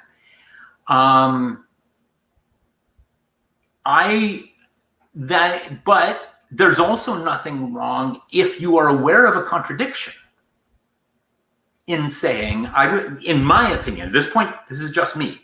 This is not this is just my own personal opinion and nothing more. But in my personal opinion, if somebody believes that there is a contradiction in it between teaching, their uncle told them that before Vatican II, X was so-and-so, and their mom tells them that Vatican II taught X. And they say, I don't know the answer to that. It doesn't affect my life directly. And I don't have time to study. So I'm just going to accept that that's one of those things that I don't know. My personal opinion is that is perfectly fine for a Catholic to do. Catholics don't have to have opinions on every open issue in theology.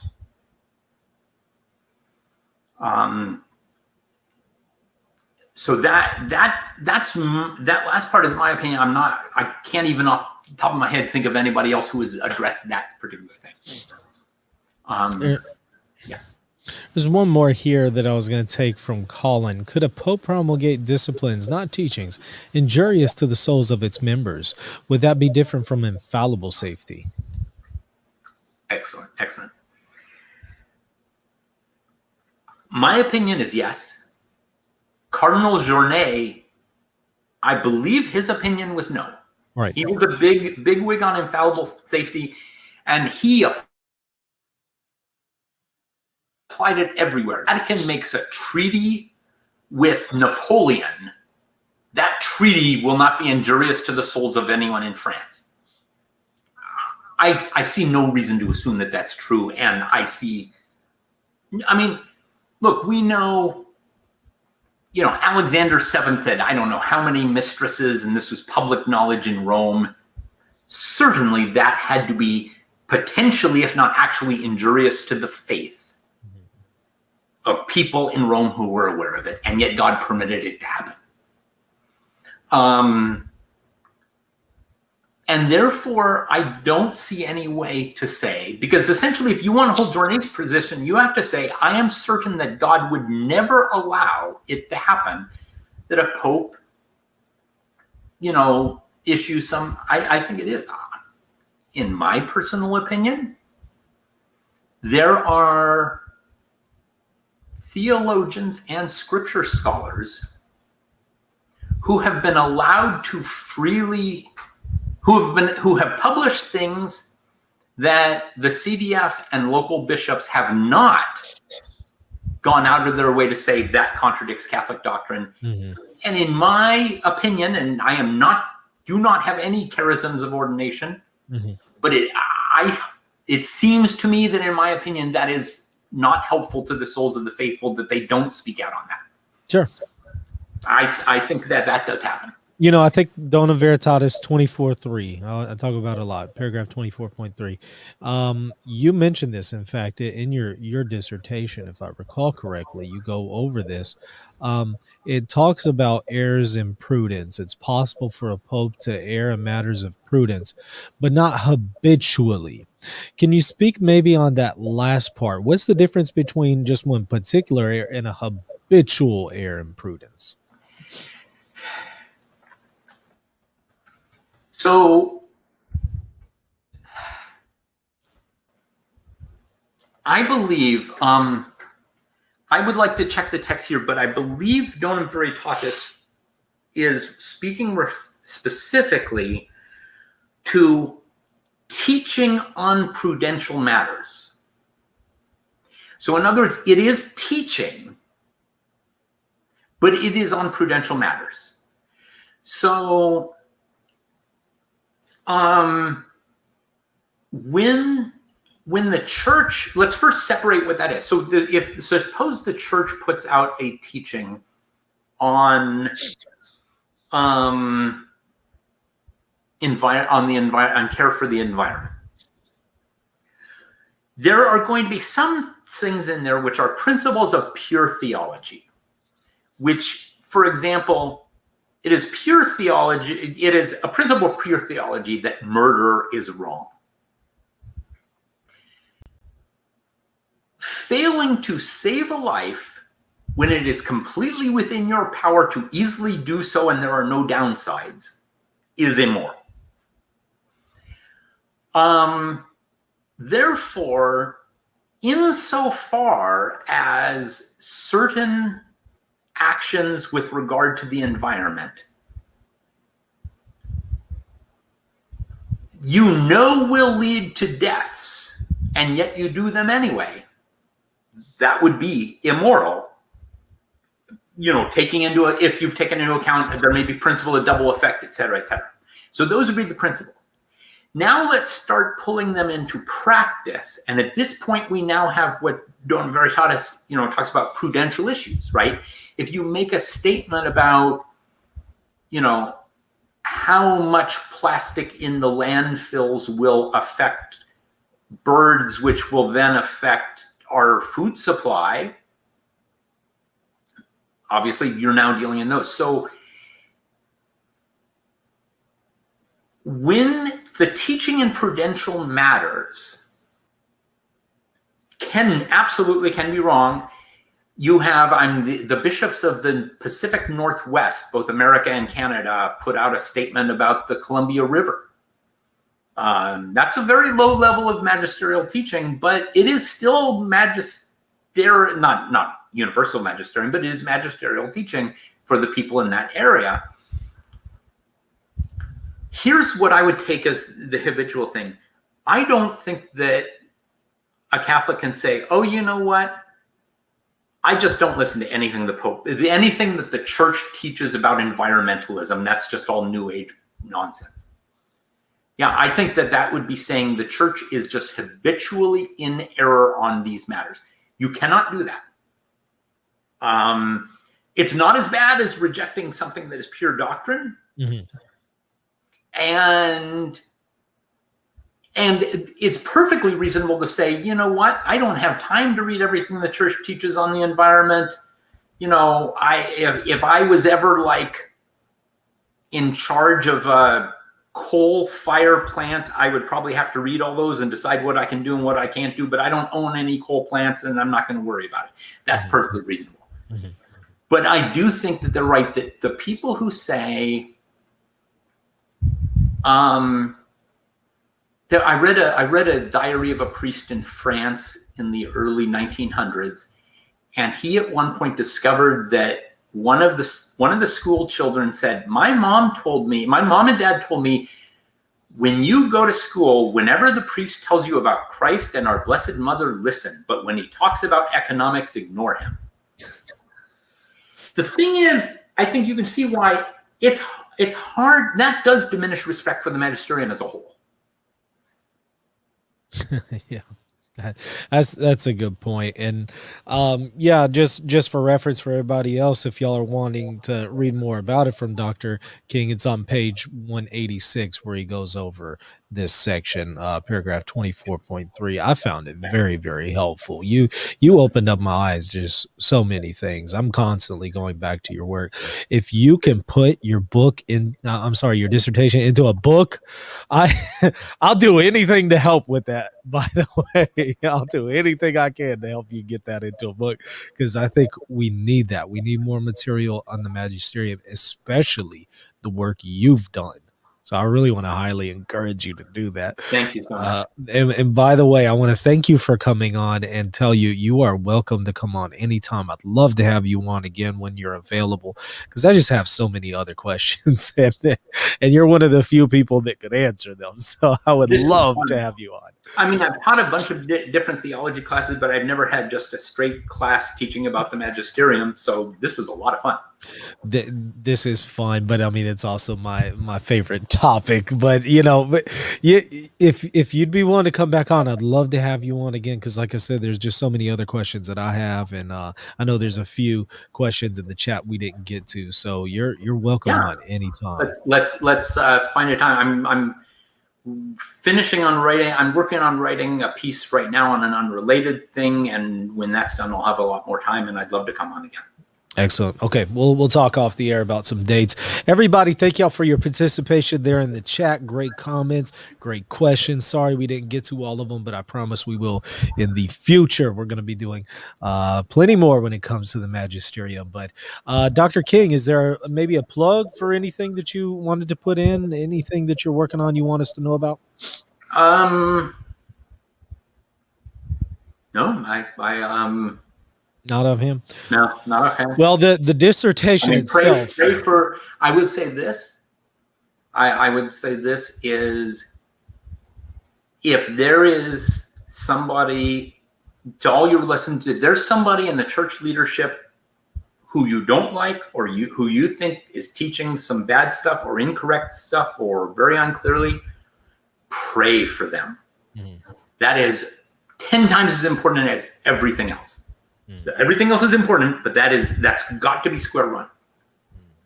That's a really good reminder. And I also want to remind everybody, go check it out. I hope you don't mind me saying, but it's online. You can find it, the dissertation, The Authoritative Weight of Non-Definitive Magisterial Teaching by Dr. Lawrence J. King. Just type it in on Google. In fact, I'll probably just put a link in the description, as long as you don't mind. But that's fine. That's fine.